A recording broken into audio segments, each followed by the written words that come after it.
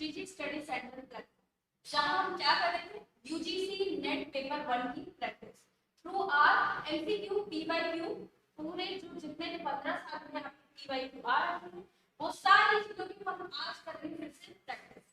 तो आज हमारी 17th नंबर की क्लास है। आई होप आपने पहले वाली क्लासेस देखी होगी और बहुत सारे क्वेश्चंस को सॉल्व करने के लिए किया होगा काम, ठीक है।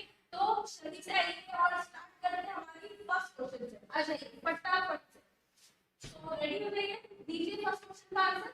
अ college teacher plans a research programme.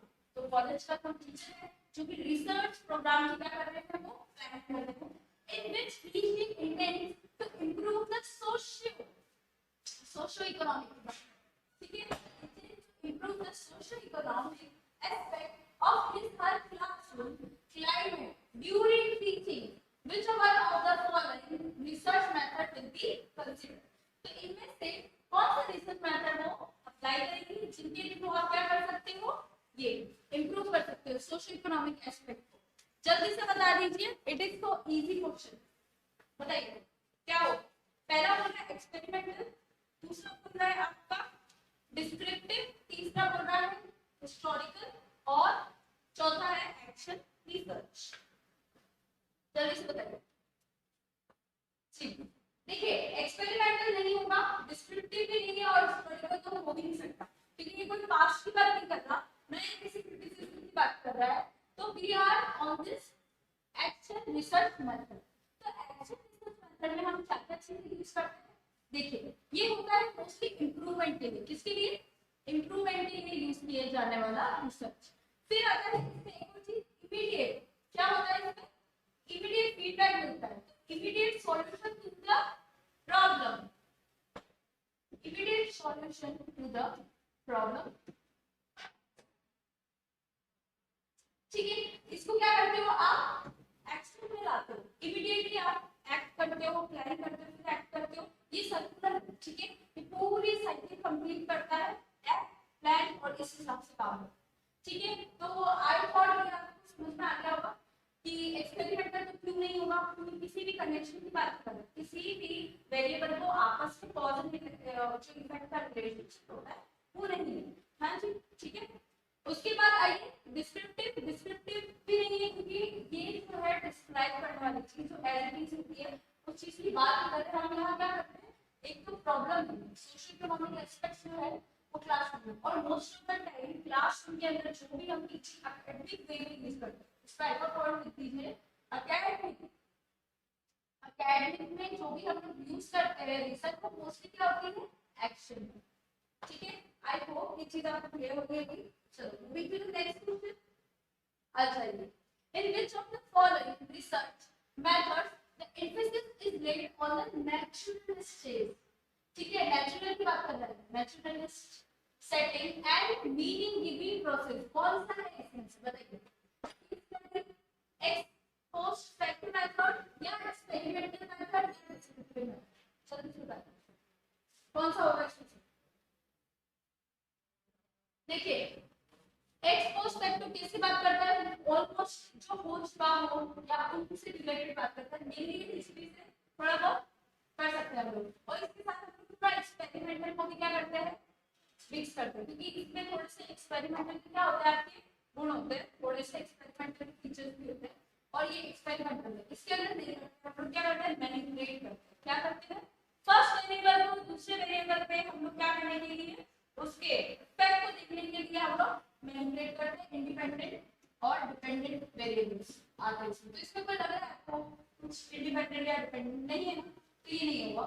फिर आता है आपका डिस्क्रिप्टिव सर्वे मेथड। सर्वे भी हो रहा है, सर्वे भी नहीं हो रहा है, ये बोल रहा है आप क्या करना है, research method emphasis is laid on naturalist, natural जो आपका नेचुरल स्टेट है उसके ऊपर की सेटिंग की बात करते हैं।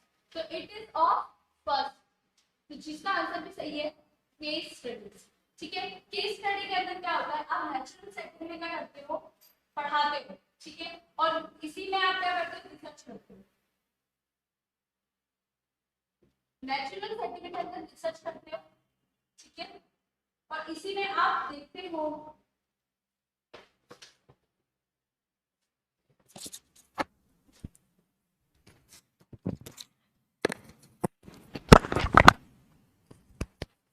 चलिए, अब आपको आवाज आ रही होगी, आई विश। देखिए इस क्वेश्चन को हम वापस देखते हैं। In which of the following research method the emphasis is laid on naturalistic setting.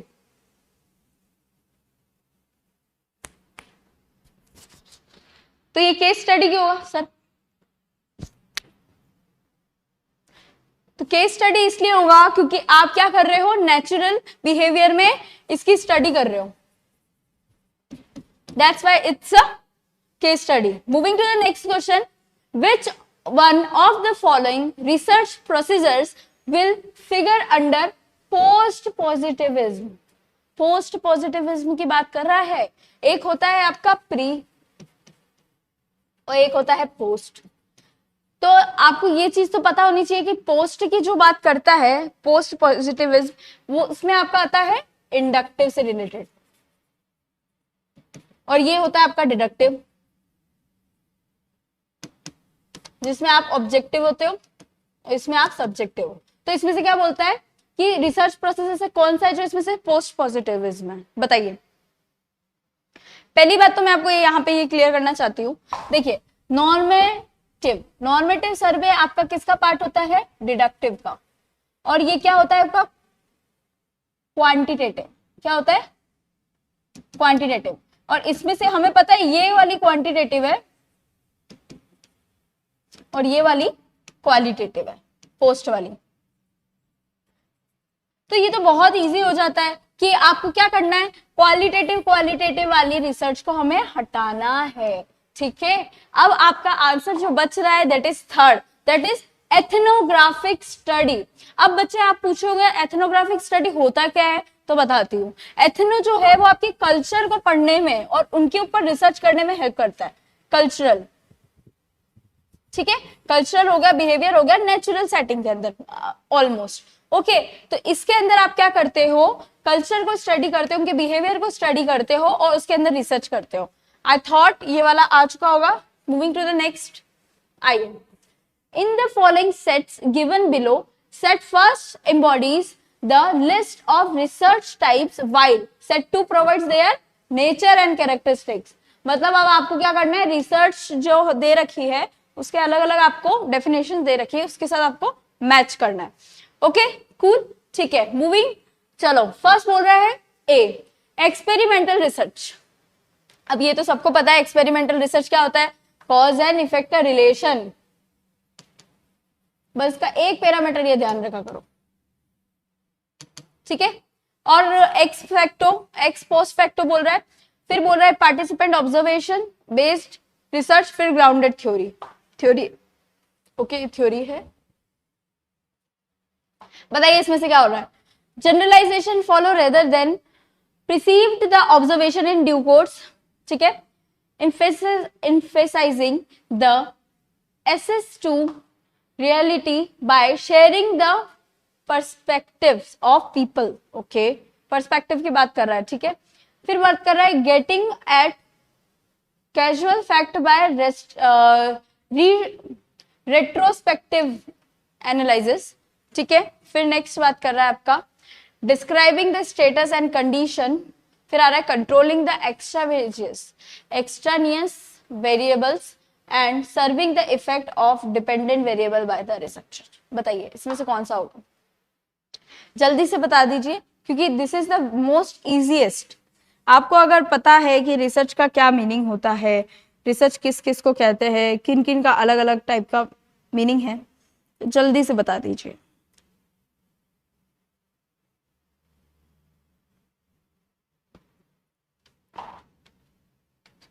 देखो आपको क्या करना पड़ता है ना, कीवर्ड पकड़ने पड़ते हैं। जैसे ये है हमारा, ठीक है, एक्सपेरिमेंटल। अब एक्सपेरिमेंट मतलब कॉज एंड इफेक्ट आएगा, पर कॉज आपने यहाँ पे भी देख लिया, पर इसके अंदर क्या बोल रहा है, वो डिपेंडेंट वेरिएबल वेरिएशंस की भी बात कर रहा है और एक्सट्रानियस जो आपका वेरिएबल होता है जिसको हम लोग रोक के रखते हैं ताकि उसका इफेक्ट देखने को ना मिले, ठीक है, वो भी दिख रहा है। तो मतलब इसका डायरेक्ट हम ए से फिफ्थ का कर सकते हैं, ठीक है।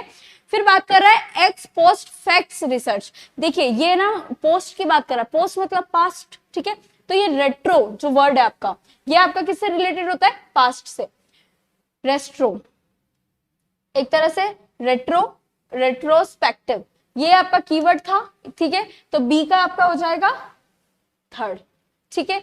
फिर बोल रहा है participants observation based research, participants observation की बात कर रहा है तो मतलब क्या होगा, perspective of people.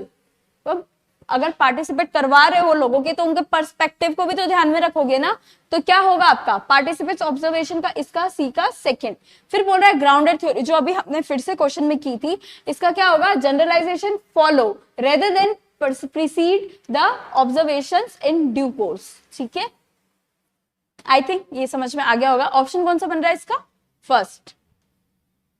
Okay, moving to the next question. आइए ये हिंदी में एक बार देख लीजिए, ठीक है। प्रायोगिक अनुसंधान, पूर्व पोस्ट तथ्य अनुसंधान, ये सारे रिसर्च आपके।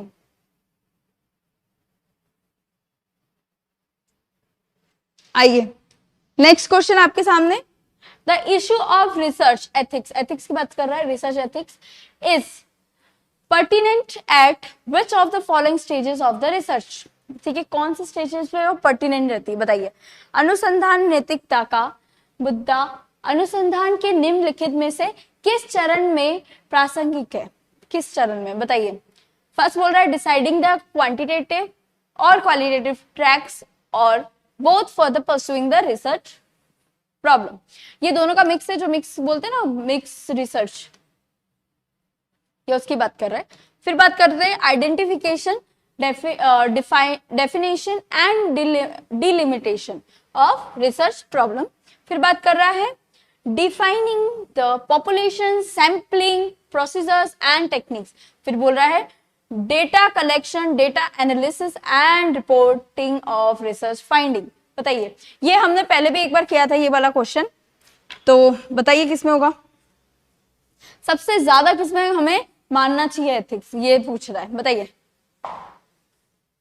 जी हमने पहले भी पढ़ा था कि जो डेटा जो कलेक्शन होता है इसके अंदर हमें एथिक्स रखने पड़ते हैं, डेटा एनालिसिस में करना पड़ता है और रिपोर्टिंग के टाइम पे, इन टाइम पे आपको क्या करना पड़ता है, एथिक्स का मेनली ध्यान रखना पड़ता है, ठीक है। अगर लीस्ट बोलता, लीस्ट वनरेबल, ये तो सबसे ज्यादा मोर वनरेबल,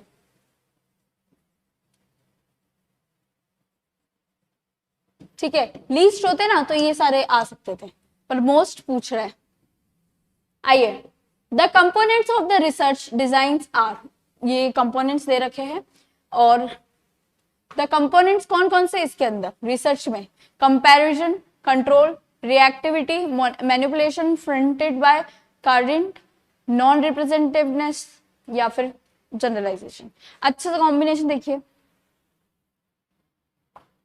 देखिए मेनली क्या होता है आपका रिसर्च किस कंपैरिजन में और किस कॉन्टेक्स्ट में हमें ढूंढना पड़ता है या कौन सा होता है, इस चीज को आप ध्यान में रखिए।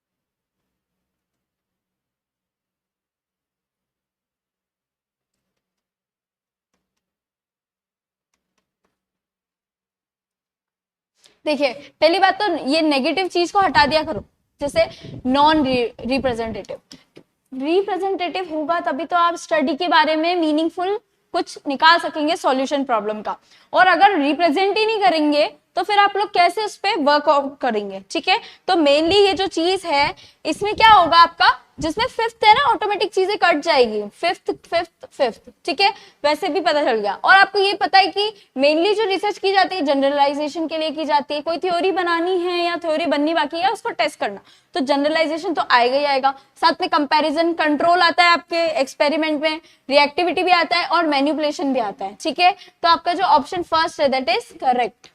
ओके, समझ में आया, आई होप ये आप चीज को समझ पा रहे होंगे, ठीक है। नेक्स्ट क्वेश्चन का आंसर दीजिए आप फटाफट से।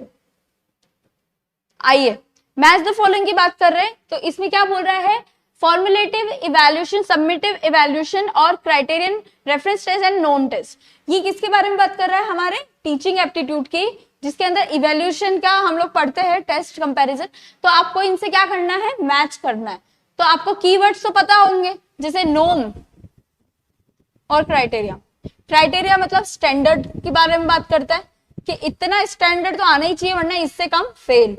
नोम नोम का मतलब होता है आपका ग्रुप, उस ग्रुप में आप क्या रैंक ला रहे हो वो चीज। फॉर्मेटिव मतलब ये ड्यूरिंग होता है और ये आफ्टर होता है, आफ्टर द क्लास। तो ये तो आपके कीवर्ड है। अब आप बताइए इसमें से क्या चीज मैच हो रही है। फर्स्ट बोल रहा है percentile rank and standard scores are used for reporting. Percentile rank and standard scores, ठीक है। सेकंड बोल रहा है standards indicative of mastery, standards बोल रहा है, ठीक है। अब देख लो, अब आप, मैंने ना आपको की पॉइंट में ही आंसर बता दिया है। फिर देखिए ये बोल रहा है the intention of using it is to identify scope and potential for improvement. फिर ये बोल रहा है इट्स इंटेंशन इज टू जज लर्निंग स्टैंडर्ड्स। बताइए कौन सा है।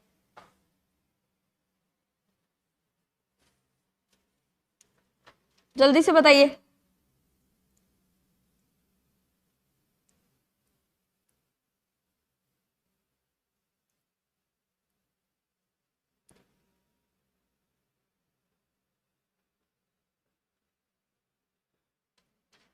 देखिए जब आप रैंक की बात करते हो, परसेंटाइल और रैंक की, तो ये तो आपका क्या होता है नोम बेस, तो डी का तो ऑटोमेटिकली फर्स्ट से क्या हो जाएगा आपका मैच हो जाएगा।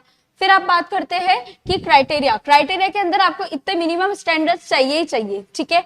तो सी का आप किससे क्या करोगे, सेकंड से, स्टैंडर्ड्स, मैंने पहले ही आपको कीवर्ड बता दिया था, ठीक है। उसके बाद हम सबमिटिव की बात करते हैं, ये आफ्टर द क्लास होता है, ठीक है। इसमें आप जब पूरा कोर्स कंप्लीट कर लेते हो उसके रिगार्डिंग बात करते हैं। तो बी का होगा आपका फोर्थ, बी का फोर्थ, जिसके अंदर आप बोलते हो इट्स इंटेंशन इज टू जज, जज कब होता है लास्ट के अंदर, जजमेंट करना, जज लर्निंग स्टैंडर्ड्स, ठीक है। मतलब यहाँ पे मार्क्स वगैरह जो आते हैं उसका फीडबैक देना, रिव्यू देना कि क्या कर सकते हैं, अब इतने कम क्यों आए हैं, क्या है, ऐसे इस टाइप से।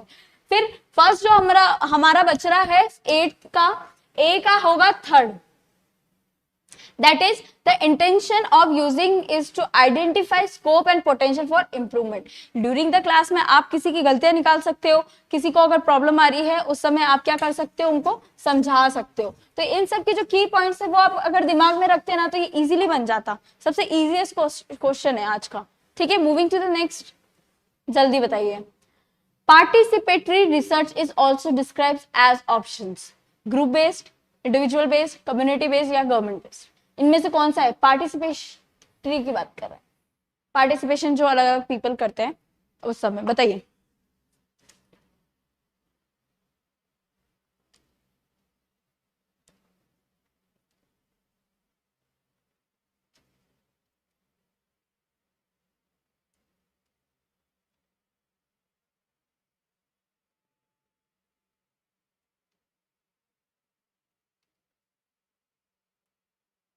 जी अब तक तो आ गया होगा। जब पार्टिसिपेशन की बात कर रहे तो पहली बात तो इंडिविजुअल कभी भी नहीं आएगा और गवर्नमेंट से कोई लेना देना नहीं है, ठीक है। और एक चीज बताइए, जब आप पार्टिसिपेटरी की बात कर रहे हो तो कोई ना कोई कम्युनिटी होगी, ऐसे ग्रुप कौन सा ग्रुप है, ग्रुप बेस्ड तो होती है, लेकिन ग्रुप के अंदर आपका जो स्टैंडर्ड वर्ड यूज करते हैं that is your community based.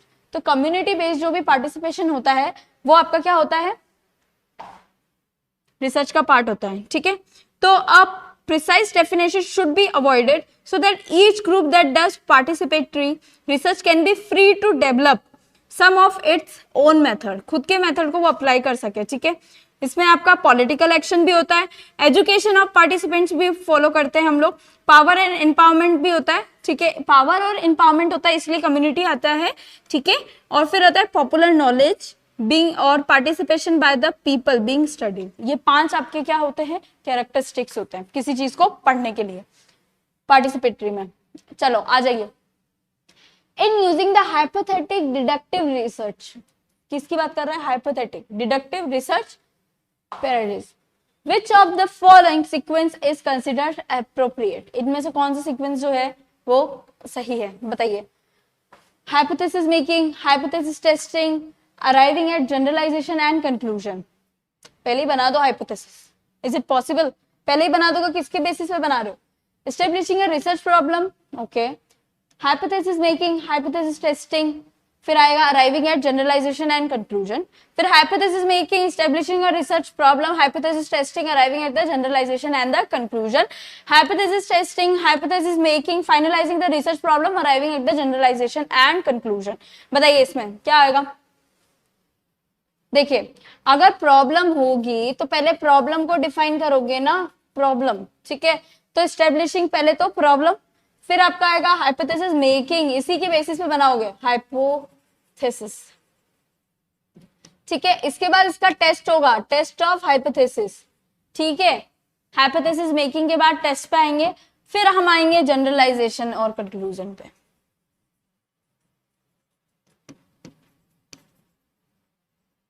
I hope clear हो गया होगा, बहुत सिंपल से स्टेप्स है इसके, ओके। ये वाला आंसर है ना, second. Moving to the next question, बताइए। ये ना हिंदी में दे रखा है आपको, पहले का देख लेना।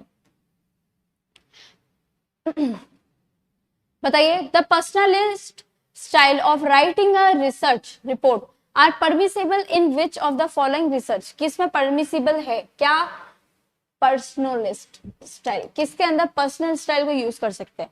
ग्राउंड थ्योरी, एक्सपेरिमेंटल थ्योरी मतलब रिसर्च, फिर बात कर रहे हैं participant observation based theory, historical research और केस स्टडी रिसर्च। ठीक है, एक चीज तो मैं बता देती हूँ, ये एक तरफ का क्या हो गया आपको, इंडक्टिव से हो रहा है, क्योंकि पर्सनल की बात कर रहे हैं तो क्या हो गया, ये सब्जेक्टिव हो गया। पर्सनल जहां आ जाए ना, देखिए दो चीज होती है हमेशा, आपको ग्रुप करना पड़ता है बस रिसर्च को। आप बहुत इजीली रिसर्च की जो चीजें है ना वो कैसे चुटकियों में कर सकते हैं, मैं आपको एक ट्रिक बताती हूँ। आप सबसे पहले ना उसके वर्ड्स और उसके टाइप्स और उसके फीचर्स को दो पार्ट में डिवाइड कर दो। ठीक है, दो पार्ट में कैसे डिवाइड करोगे, मैं आपको कंक्लूजन बता ही देती हूँ। किसी भी रिसर्च को निकालने से पहले पता है क्या करना चाहिए, उनके जो फीचर है जैसे क्वालिटेटिव और एक रहता है क्वांटिटेटिव, इनके फीचर्स के अकॉर्डिंग क्या कर लो, उनकी कैटेगराइज कर दो। जैसे अभी उसने पर्सनल बोला तो वो क्वालिटेटिव हुआ, क्योंकि उसके अंदर क्या आता है, सब्जेक्टिव बात करता है। इधर तो हमें पता है कि क्या बात करेगा, ऑब्जेक्टिव। ठीक है, इधर क्या होता है आपका इंडक्टिव। इसमें थ्योरी को क्या करते हो आप, हाइपोथेसिस को टेस्ट करते हो। ठीक है, और इसमें तो हाइपोथेसिस का फॉर्मेशन होता है, जनरलाइजेशन होता है। ठीक है, तो ये हो गया आपका डिडक्टिव। ये बोलता है नेचुरल सेटिंग, ये बोलता है साइंटिफिक। तो पता है आप जब ऐसे कैटेगराइज कर दोगे ना इस चीजों को, तो it will be more easy for you. ठीक है, अब हमें पता चल गया ये सब्जेक्टिव की बात कर रहा है तो क्या होगा, वो क्वालिटेटिव रिसर्च है। तो अब इसमें से जैसे बोल रहा है ग्राउंडेड थ्योरी, हमें पता है ग्राउंडेड थ्योरी किसमें आता है। ठीक है, फिर बात कर रहा है एक्सपेरिमेंटल, क्वांटिटेटिव हो गया ये तो। ठीक है, क्वांटिटेटिव की बात ही नहीं कर रहा है, मैच हो रहा है क्या, नहीं हो रहा है। तो देखिए बी जिस चीज में वो ऑटोमेटिक कट जाएगा, बी कटा, बी कटा, ई कटा। ठीक है, मतलब एक मान के चलिए इसमें से डी तो हो, डी भी नहीं होगा, डी होगा या इसमें से सी होगा, आई मीन डी होगा या ए होगा इसमें से। ठीक है, आपका ई दोनों में है, मतलब मान के चलो केस स्टडी तो आएगा ही आएगा, और सी भी है, that is your participant.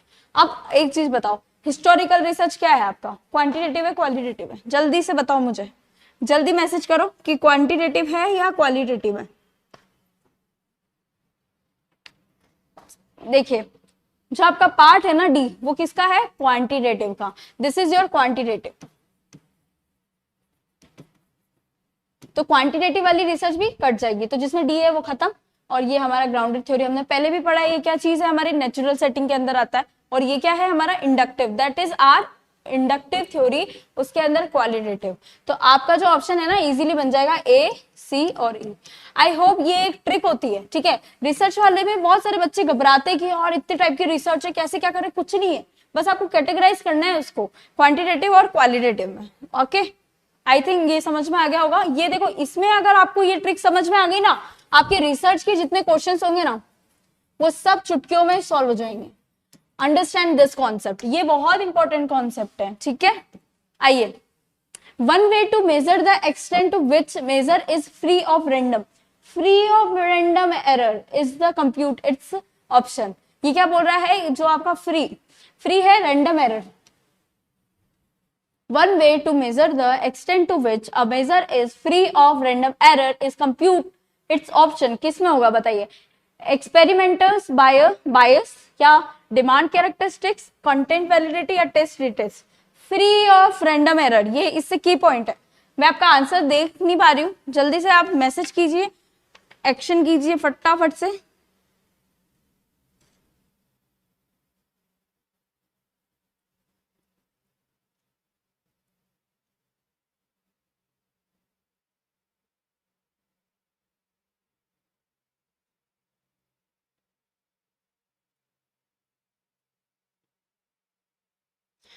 One way to measure the extent to which a measure is free of random error.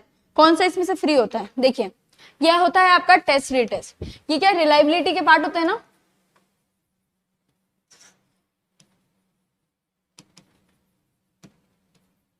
ठीक है, रिलायबिलिटी के पार्ट्स होते हैं इसमें, ठीक है। एक होता है आपका स्टेबल, ठीक है, जो स्टेबिलिटी को क्या करता है, दर्शाता है, ठीक है, स्टेबिलिटी को दर्शाता है। और एक होता है कंसिस्टेंसी, ठीक है। अब देखिए जब हम स्टेबल की बात कर रहे हैं तो इसके अंदर आता है आपका टेस्ट रिटेस्ट।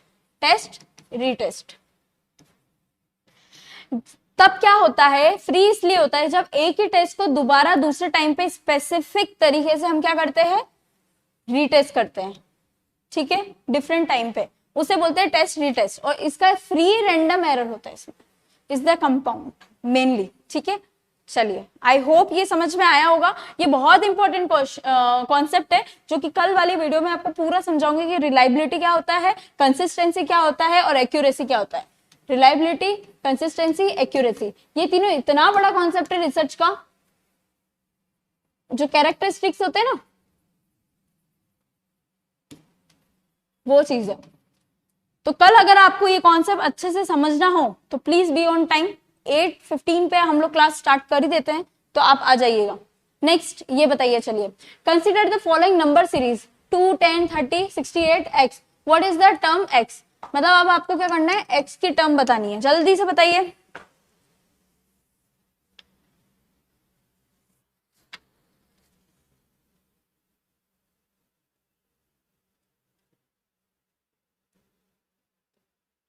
पहले आप पैटर्न को समझिए कि इसमें हो क्या रहा है, कि 2 कैसा आया, 3, 10 कैसा आया और 30 कैसा आया।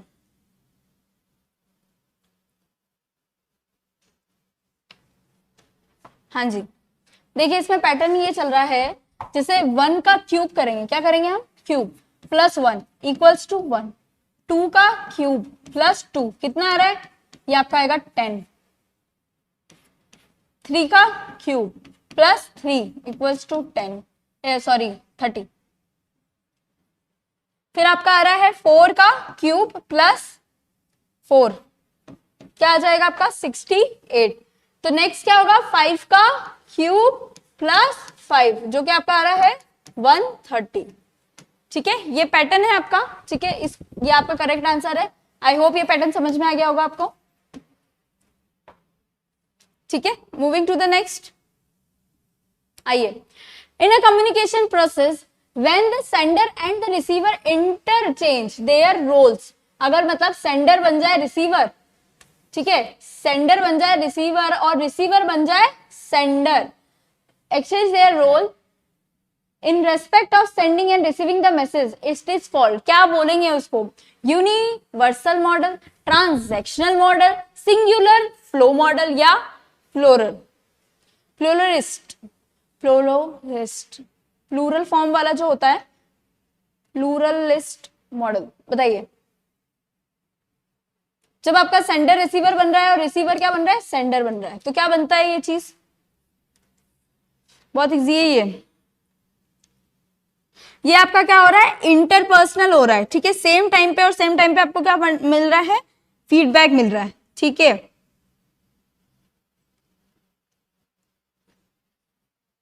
ये आपका होगा ट्रांजैक्शन मॉडल, ठीक है। मैं इसको आपको अच्छे से एक्सप्लेन करती हूँ। एक तो होता है वन वे वाला,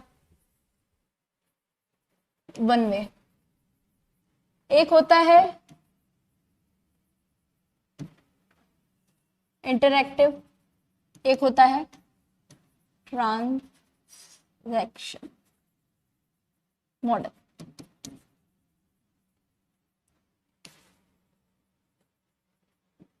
ठीक है, ट्रांसमिशन बोलते हैं इसको। फर्स्ट वाले को क्या बोलेंगे हम? ट्रांसमिशन या लीनियर। इसको बोलते हैं हम ट्रांसमिशन या लीनियर। ट्रांसमिशन या फिर लीनियर। तो देखिए इसमें क्या होता है कि ये जो सपोज ये है आपका सेंडर, जैसे मेरे को कुछ कम्युनिकेट करना है, ये हो गया आप सेंडर, ठीक है, और ये होता है सिर्फ वन वे, ये होता है receiver. No feedback, no scope of feedback.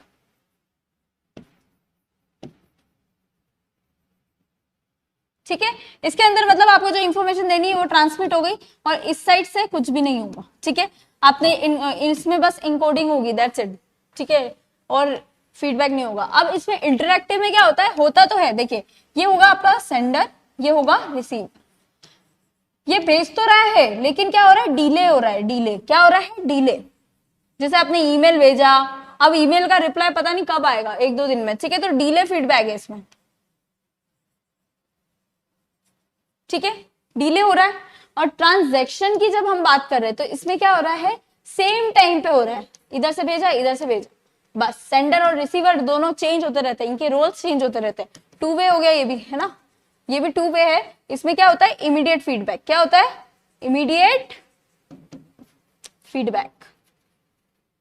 क्या हो रहा है? ये इमीडिएट फीडबैक हो रहा है, जिसके अंदर सेम टाइम पे दोनों जने क्या करते हैं? इंटरेक्ट करते हैं सेम टाइम पे। आई होप ये कॉन्सेप्ट क्लियर हो गए होंगे। ये आपके कम्युनिकेशन के मॉडल से क्या है?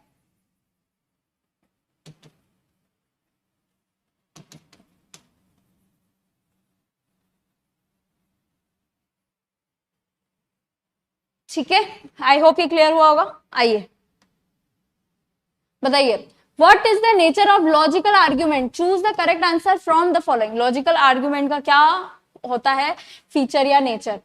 Justified and unjustified, true and false, valid और इनवैलिड, या फिर वेरीफिएबल या फिर नॉट वेरीफिएबल। बताइए, ये तो आप जल्दी से बता ही सकते हैं कि एक आर्ग्यूमेंट का नेचर क्या होता है according to the logical argument के हिसाब से।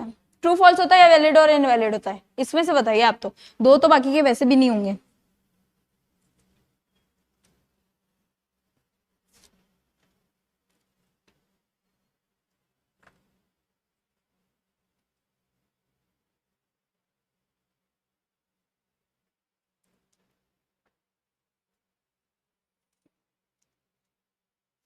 देखिए दो टाइप के होते हैं, एक होता है डिडक्टिव,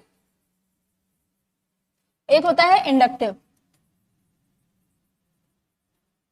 जब हम डिडक्टिव की बात करते हैं, ये स्ट्रक्चर की बात करता है, nature of logical argument, logical की बात कर रहा है, इसमें लॉजिक वॉजिक कुछ नहीं होता। ठीक है, अब देखिए इसके अंदर दो टाइप का हो जाता है, फिर वापस से डिवाइड होता है वैलिड और इनवैलिड में।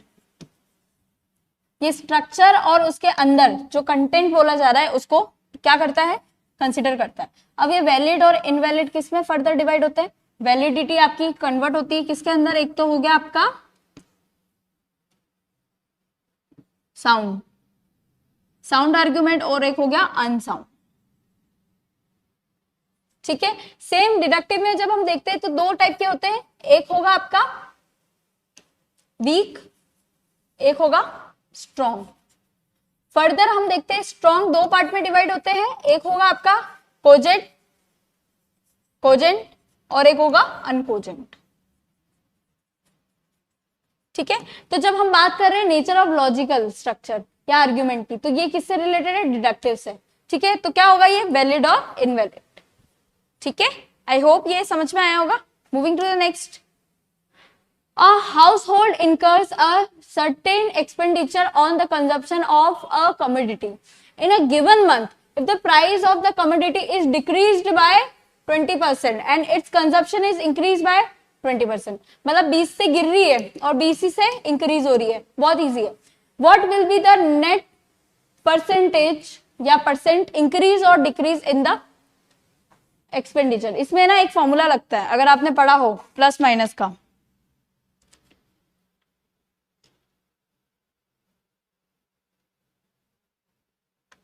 बताइए इसका आंसर।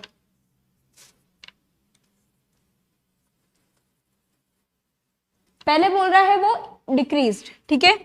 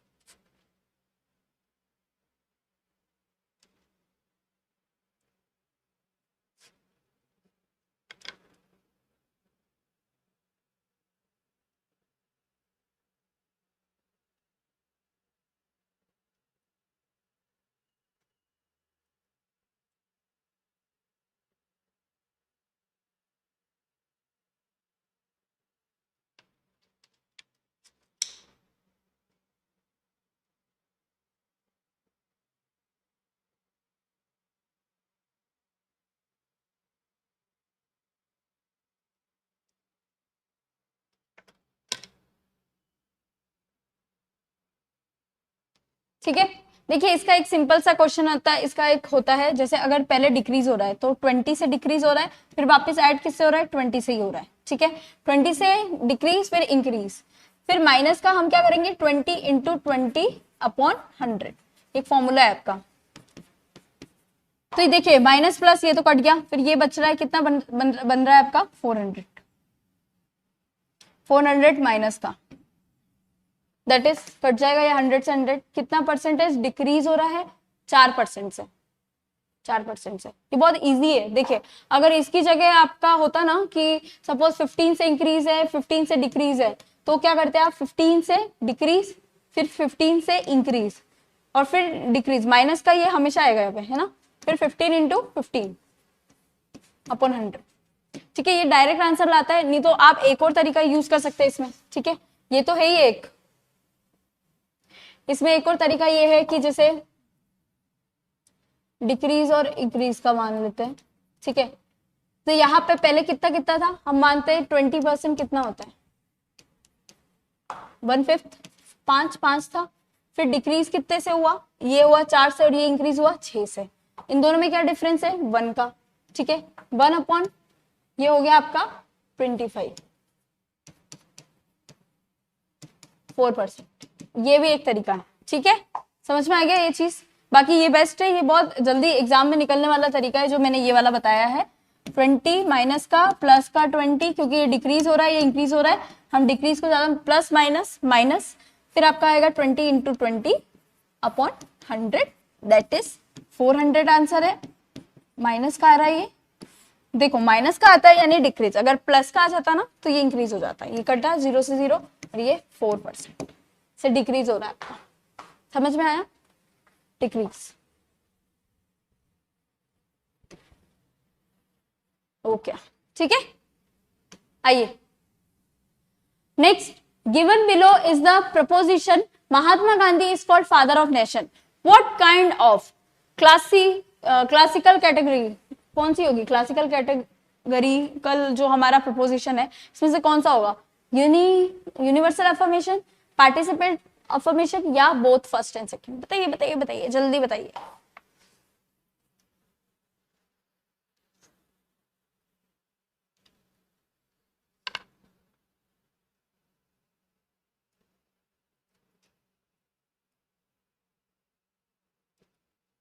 देखिए इसके अंदर क्या होगा आपका यूनिवर्सल, कैसे, क्योंकि ये पॉजिटिव बात कर रहा है, ऊपर से जब कुछ नहीं दे रखा हो ना तो हम ऑल को अजम करते हैं, किसको करते हैं ऑल को, तो ये अफर्मेटिव तो वैसे ही हो गया क्योंकि पॉजिटिव है, नेगेटिव को हम नेगेटिव बोलते हैं। क्वालिटी में क्या है ये बताइए, क्वालिटी के अंदर ये होता है पॉजिटिव और नेगेटिव, क्वालिटी पॉजिटिव बोल रहा है, और जब हम यूनिवर्सल और इसकी बात कर रहे हैं तो हम 100% से देखते हैं, तो 100% है ये ऑल, तो ये आपका क्या होगा यूनिवर्सल, और अगर 100 से कम होता है तो क्या बोलते हैं उसे हम पर्टिकुलर, ठीक है। तो अभी तो ये आपका क्या है यूनिवर्सल अफर्मेशन, ठीक है, गॉट इट। चलो आइए नेक्स्ट, ये इसमें आपको क्या बताना है, आपको इसके अंदर अरेंज करना है ना, कम्युनिकेशन का जो प्रोसेस है सीक्वेंसली आपको कैसे करना है, अरेंज करना है, ठीक है।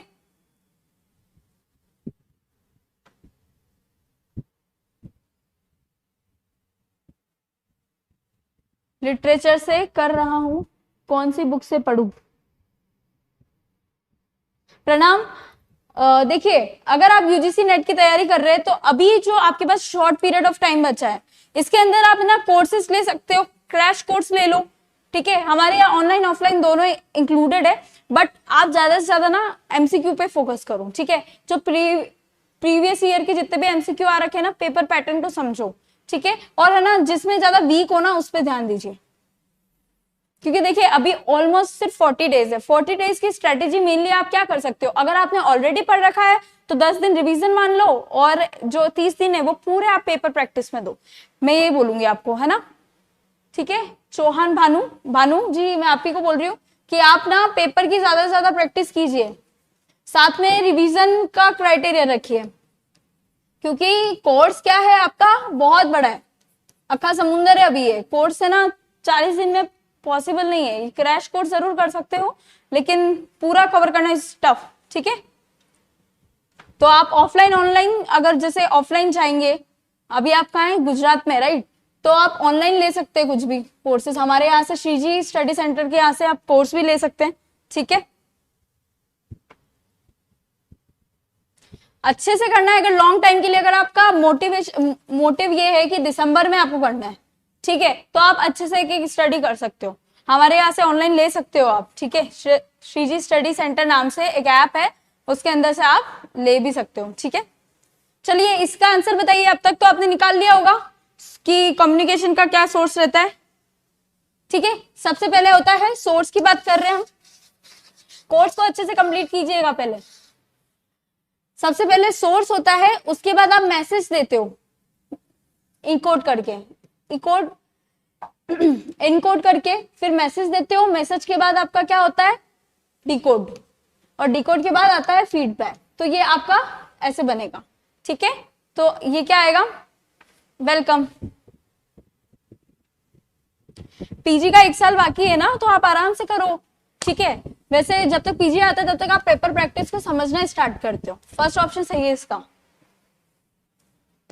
आइए नेक्स्ट, इसमें बोल रहा है set first linear communication interactive, जो भी मैंने आपको समझाया, लीनियर इंटरैक्टिव और ये सारी चीजें, और ये इसके क्या दे रखे हैं, मीनिंग। तो आपको क्या करना है, मैच करना है, ठीक है। 1 साल में तो बहुत अच्छे से हो सकती है, 6 महीने आपके पूरे जाते हैं कोर्स में, 6 प्लस अगर 2 महीने मान के चलते 8 महीने, उसके बाद अगर 6 महीने में आप कोर्स प्लस पीवाईक्यू की प्रैक्टिस करते तो ऑब्वियसली नेट क्लियर होना इजी हो जाता है ना।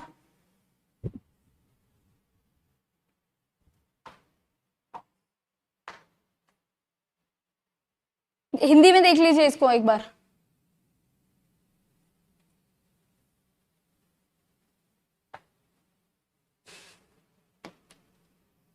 संचार कम्युनिकेशन की बात कर रहे हैं, मीनिंग बताओ। Members are given themes on which they are required to hold discussion.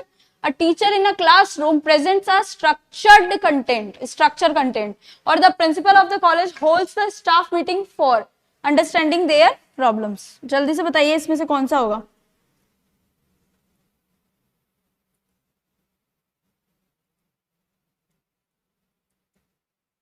देखिए जो ए बोल रहा है लीनियर कम्युनिकेशन, ठीक है, इसका बात कर, a teacher in a classroom presents a structured content. Lecture लेना वन वे ही होता है ना, लीनियरली। जब मैं अगर लेक्चर ले रही हूं तो आप सुनेंगे बैठ के, तो वो होगा पहला, ठीक है। हाँ, पेपर हिंदी इंग्लिश दोनों में होता है, ठीक है। अब जब बी की बात कर रहे हैं इंटरैक्टिव, जब आप इंटरैक्टिव की बात करते हो, that is the principle of the college holds the staff meeting for understanding their problem, ठीक है। प्रॉब्लम को अंडरस्टैंड करेंगे मतलब बात करेंगे उनसे, ठीक है, बात करेंगे, 2 वे कम्युनिकेशन होगा, इसलिए इंटरैक्टिव। और सी का जो हमारा ये है ट्रांजैक्शन, इसमें क्या होगा, members are given theme on which they are required to hold discussion. और डिस्कशन 2 वे होता है, सेम टाइमिंग पे होता है। जब भी डिस्कशन फोरम्स होते हैं, जैसे अगर मैं आपसे कुछ डिस्कस कर रही हूँ तो आप भी इधर से क्या करोगे, इंटरैक्ट करोगे, तो 2 वे होता है, सेम टाइम पे होता है। तो ये आपका आंसर बन रहा है second, and this is your correct answer. आइए नेक्स्ट आ जाइए, ये है ना सेकंड हो गया आपका। Come, a teacher decides to form 6 6 का ग्रुप बना रही है टीचर, है ना, 6 जनों का ग्रुप बना रही है। Student and assign a sub theme to each group for discussion and reporting, ठीक है, डिस्कशन की और उसके साथ रिपोर्टिंग का भी बोल रही है। Which kind of communication model will best describe his her strategy in regard, इसमें कौन सी स्ट्रेटेजी होगी, बताइए, जल्दी बताइए। आप दो दो जने लाइव भी है और भी ज्यादा लोग हैं, आप आंसर दीजिए क्वेश्चंस करने के लिए।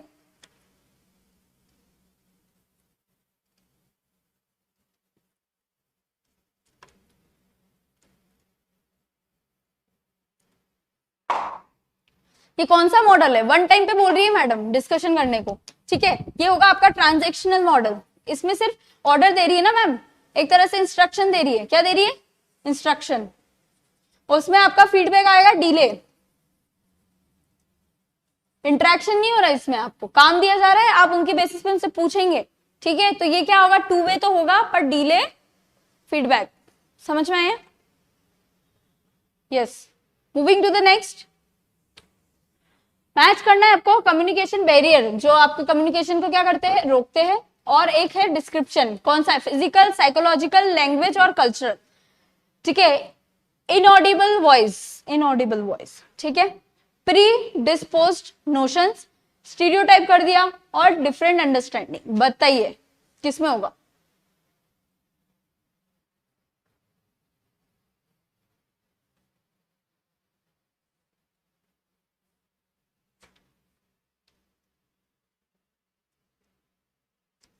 देखो, जब फिजिकल आप इनकॉम्पिटेंस होते हैं, मतलब फिजिकली अनेबल्ड है, स्पेशल है, तो क्या होता है कि ये चीज आपकी बॉडी से रिलेटेड होती है, ठीक है, इनऑडिबल वॉइस, मतलब आप बोल सकते हैं लेकिन बोल नहीं पा रहे, ठीक है। फिर बी का साइकोलॉजिकल, मानसिक, ठीक है, मनोवैज्ञानिक से रिलेटेड चीज है, तो ये क्या होगा, बी का आपका थर्ड हो जाएगा कि आप, है ना, प्री डिस्पोज्ड नोशन है, पूर्व निर्धारित धारणा है जिसके दिमाग में है, ठीक है।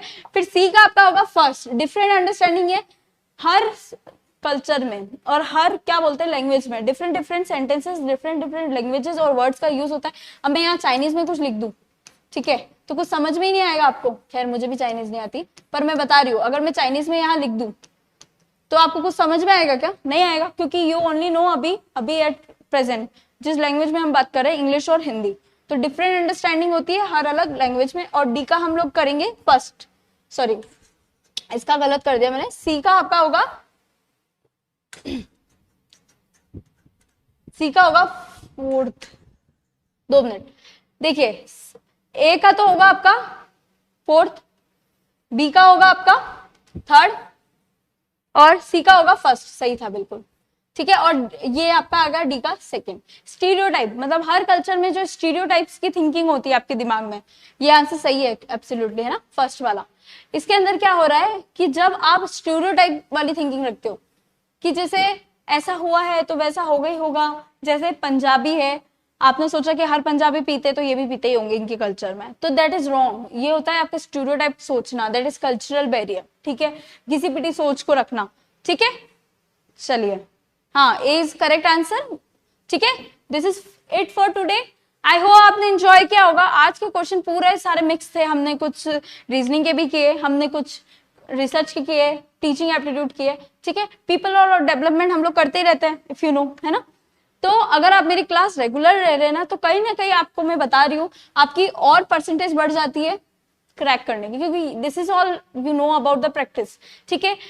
जो काम आप थ्योरी से कर रहे हो वो सिर्फ आपके माइंड में रिटेन हो रहा है, उसको रिकॉग्नाइज कब करोगे, एग्जाम में, ठीक है। तो वो चीज के लिए हमें करनी पड़ती है प्रैक्टिस, और प्रैक्टिस कौन सी, सही तरीके से PYQ की। हर कौन से अगर आपने क्वेश्चंस उठा के पढ़ना स्टार्ट कर दिया जो आपके बेनिफिशियल नहीं है एग्जाम पॉइंट ऑफ व्यू से, तो दिस इज रॉन्ग। और आपको सबको पता है कि अब होगी 16 की जगह 18 जून को पेपर,